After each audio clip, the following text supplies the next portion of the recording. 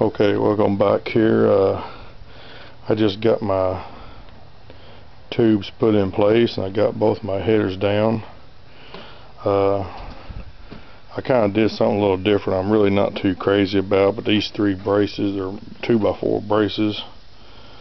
I might wind up doing something a little different, but I use these braces because my cans, they've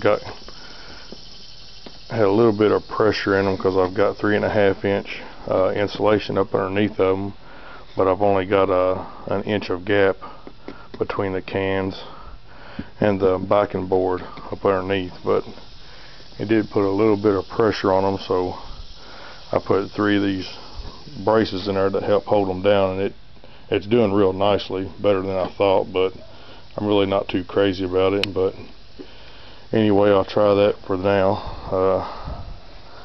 Like I said, I finally got my other header put in, and I forgot to mention I was going to use this bubble wrap on the headers, on just the 2 ends, because I did have just exposed insulation that was all in here, and I forgot that I was going to do this, but I did go ahead and put the bubble kind of to cover all of it up. I still got to put a little insulation here on the sidewall and cover it up on both sides, on both ends, but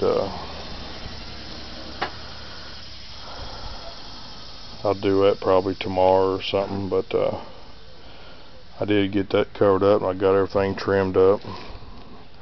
I also went in, you can probably see a little bit of it, I went there and I siliconed the inside the cans to the wood. Of course, I'll go back and I'll probably do it about at least once more, maybe 2 more times, to make sure it's they're siliconed real good, because somehow you probably can't see that one right there, but there's a little bit of dry spot where it didn't get quite in the can to the wood.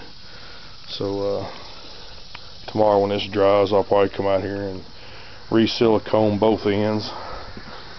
I did do both ends, as you can see, but make sure that they're good and sealed up.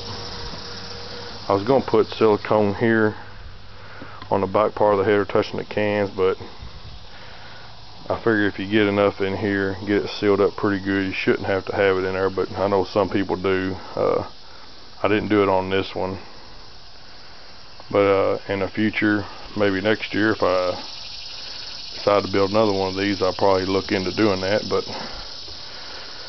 for this one here, I wanted to build this one because I wanted to try the curve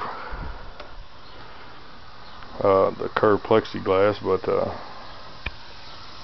just to see how much better this thing, plus also added extra insulation, so hopefully this will work better. But the silicone that I used to seal my cans to my headers, again, I used DAP 3.0. This here's it's clear.